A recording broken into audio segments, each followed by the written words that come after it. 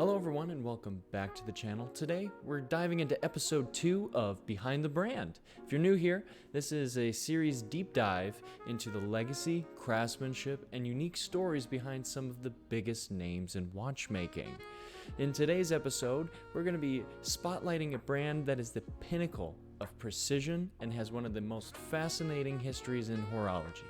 Today, I'm talking about none other than Omega. Now, I know some of you might already be familiar with Omega, especially if you're a fan of the space exploration aspect of the brand, or even if you like the James Bond. But today, we're diving deeper. Let's uncover how Omega's journey has shaped not just watchmaking, but history itself. Now, Omega's story begins way back in 1848 in a small Swiss town known for watchmaking called La Chaux-de-Fonds. Picture this, a 23-year-old watchmaker named Louis Brandt working away in his little workshop crafting small pocket watches. Now, these weren't exactly the Omegas that we know today, but they were crafted with the same dedication to precision and quality. Now, in 1894, Brandt's sons introduced a revolutionary movement that was so precise and easy to repair, which, fun fact, they weren't always so easy to repair. Anyway, they decided to name it Omega, the last letter in the Greek alphabet, symbolizing perfection. And from that point on, Omega didn't just stay in Switzerland, they went global.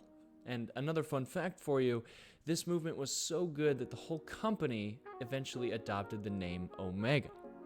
That's like the company becoming one with its own masterpiece. Alright, let's fast forward to the early 20th century. Omega wasn't just another Swiss watch brand.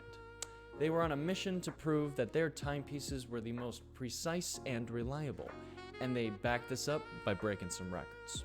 In 1931, Omega took part in a world-renowned accuracy competition and won, by a lot. This wasn't just about bragging rights. This competition established Omega as the brand to trust for precision. From then on, Omega became the official timekeeper of major sporting events, including, you guessed it, the Olympics. Omega's timekeeping legacy with the Olympics started in 1932, and it's been there for every Olympic Games since. Can we just pause and imagine how much pressure that is? Being the only trusted brand to time the fastest sprinters and the fastest swimmers on the planet? That's definitely some confidence in your craft. Let's talk about what is arguably the most iconic moment in Omega's history, the moon landing. That's right, Omega holds the title of being the first watch on the moon, and the journey to get there, equally as epic. In the 1960s, NASA needed a timepiece that could withstand the extreme conditions of space, low gravity, high radiation, you name it. After testing a bunch of watches, the Omega Speedmaster emerged as the champion of all of these watches. So, in 1969, when the first astronauts Neil Armstrong and Buzz Aldrin stepped out of the lunar lander onto the moon, they were wearing Omega Speedmasters. In fact, Aldrin's Speedmaster was right there on his wrist when he took his first iconic step. And ever since then, the Speedmaster, or the Moonwatch as it's often called, became a symbol of exploration and human achievement. Even today, every new astronaut gets an Omega Speedmaster as part of their NASA kit. Omega literally made history. And the best part is, you can wear a piece of that history on your own wrist. Alright, let's come back down to earth and talk about another legendary partnership, Omega and James Bond. Now, Omega's connection with Bond started in 1995 with GoldenEye.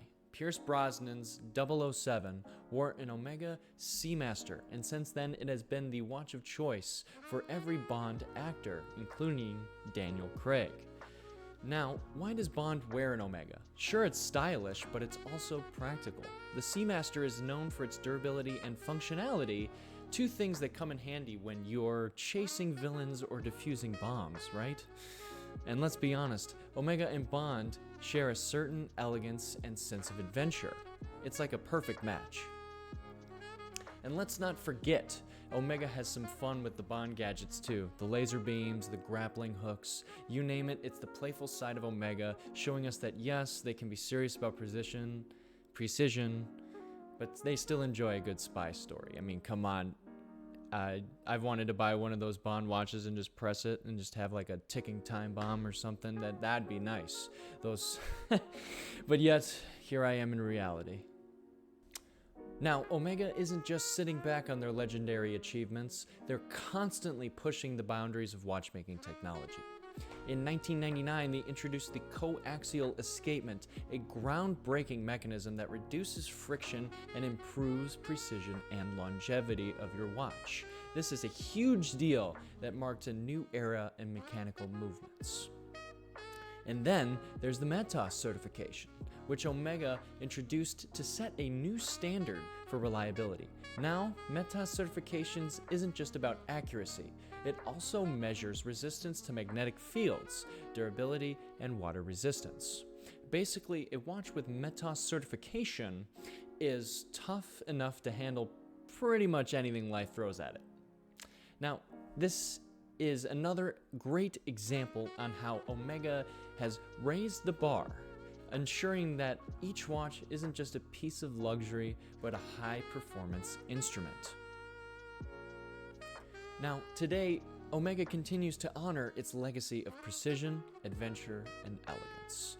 Whether it's the Speedmaster, Seamaster, Constellation, or DeVille collections, each Omega watch comes with a piece of history and a commitment to excellence. Now, they're not just selling watches, they're selling a legacy that has traveled to the moon, timed the Olympics, and saved the day with James Bond. And let's not forget, Omega continues to innovate, from creating movements that defy magnetic fields or pushing the boundaries of watchmaking standards. So, what do you think? Is Omega the ultimate blend of history, adventure, and innovation? Personally, I think it's pretty hard to beat. There's a reason Omega has earned the spot on the wrists of explorers, athletes, and yes, even secret agents. Thank you for watching another episode of Behind the Brand.